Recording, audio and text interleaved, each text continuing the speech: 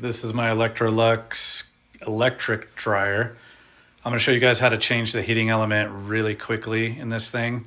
Um, you get an E64 error code occasionally when the heating element goes bad. It's a relatively cheap part, under $40, and I found a pretty easy way to change it without taking the drum out or anything crazy. First step is to take the top cover off. There's 2 screws on the back of the machine, there and there, and then the top cover will slide backwards and off. Next step is to remove the front control panel. A screw there, then this panel will come off and we can disconnect the electrical to it and remove the panel. Once you get those parts off, we're going to take the front panel off.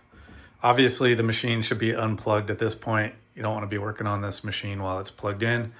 To get the front panel off, you got a screw there. There's 2 on the bottom, here and here. And then you have to open the door to get the last 2.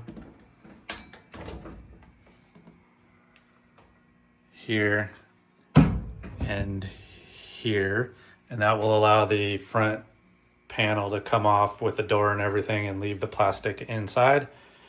There is some electrical you'll have to disconnect once you get the panel off. Here's our electrical connection that we need to remove, and then this front panel will come completely off. To get the panel off, you can see you go down in the bottom left, and there's your heating element down there. I replace it through this access hole right here. It's not the easiest thing in the world to do because there's 1 screw that you have to get, and it's on the back wall. I'll kind of show you a trick I have for that, but it is possible. I've done it many times, and it saves me a lot of time rather than taking this whole drum off. And you can see the drum is right above there, and you have to pull the unit completely away from the wall. With this method, I could pretty much leave the machine in place, replace the element, slide it back in, and I'm good to go for another 6 months to a year. This tends to go out a lot, this part. Here's the part number. For the new one, I pretty much keep one of these in the garage ready to go all the time. I pay less than $40 for this on Amazon, and to change one out takes me about a half hour. The next thing you're gonna do is remove the screw here, remove the screw there, and then in the very back corner, there's another screw that I'll try to get a shot of as I get that one, but that's the one that takes a little patience to get that one out. Here's that screw holding the back of the heating element in. It'll accept a Phillips or a square drive. Usually the close quarters Phillips will get it out. I have had to kind of rig up something like this with a square point on it just to get access to it if it was a little too tight to get with the Phillips head. The square point will usually get it, and let's see if we can focus it there. So it's just a square point, a square drive bit, and what is that? That's a 1/4-inch socket on a small ratchet, and that'll get a few turns on it, and then you can usually get it the rest of the way with the screwdriver. Once you get that out, the heating element will be loose, and you can pull it back towards yourself enough to get these wires. A good idea to take a picture of them just so you know how they go back on. Pull this out, and then I'll show you what we do next. There's one more connection on the right side of the element right here. A little 5/16 inch ratchet will remove that, and then you're able to pull the machine or pull the heating element out. I've got the wires on the other side already disconnected. Here's the heating element removed. This is the back of the element. There's the front. You can see why they fail. This plate warps And as soon as this coil touches the outside of the element, it'll short out and throw the E64 error code. Here's the new part. You can see what it looks like new. You will also notice the new part does not come with the little sensors that are on the side. So we're gonna switch those over to the new element and then install it in the reverse order. Also, you have to remove this little mount. Has a screw, a couple screws there. You remove those, transfer it to the new heating element as well. Okay, I've got everything transferred over to the new heating element and it's gonna go back in.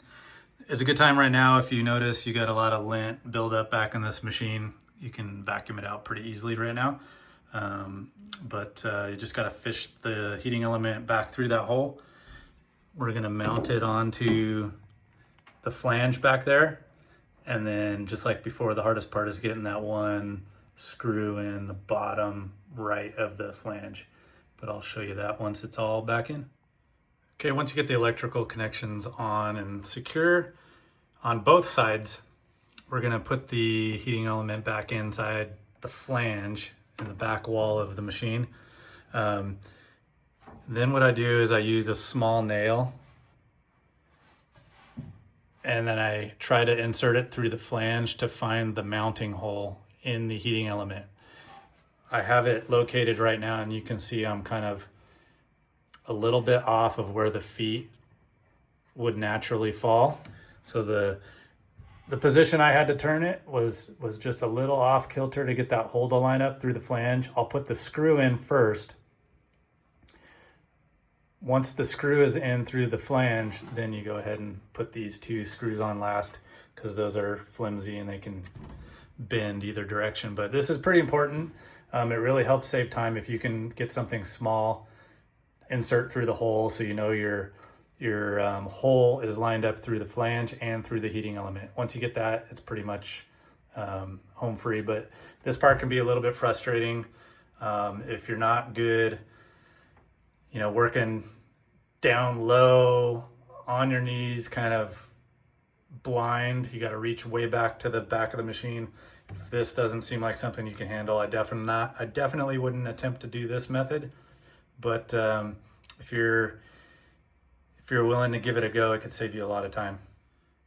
So once I get that screw in the back of the element lined up, I usually have to put a few turns on it with my ratchet with the square point. And then I can finish it off with the screwdriver. That's how I do it. You can see if you look way far back there, I don't know if you can see the screw. That's the one right there that'll give you all the problems. But with those tips, you should be able to get it. And then we're just gonna put the machine back together in reverse order: front panel, control panel, lid, and then you're done. When you're putting the front panel back on, now is a really good time to just remove the screw there, screw there. This panel will come off. You can vacuum out that lint and get down. Like I got a bunch of lint down there. It's a good time to get in there and get that stuff before you put the thing back together. Well, we're all done. Everything's back together. The heating element is working. I just want to reiterate, this is the quick way to do it. It's not the easy way to do it. If you at all have issues kind of getting back into a tight spot or working blind with tools, this is probably not the method to try, but I hope it helps somebody out. And like I said, this is something I have to do about every 6 months to a year, just with the amount of use that this machine gets. Hopefully they made some improvements on the newer models, but this is what I've been doing. Hope it helps.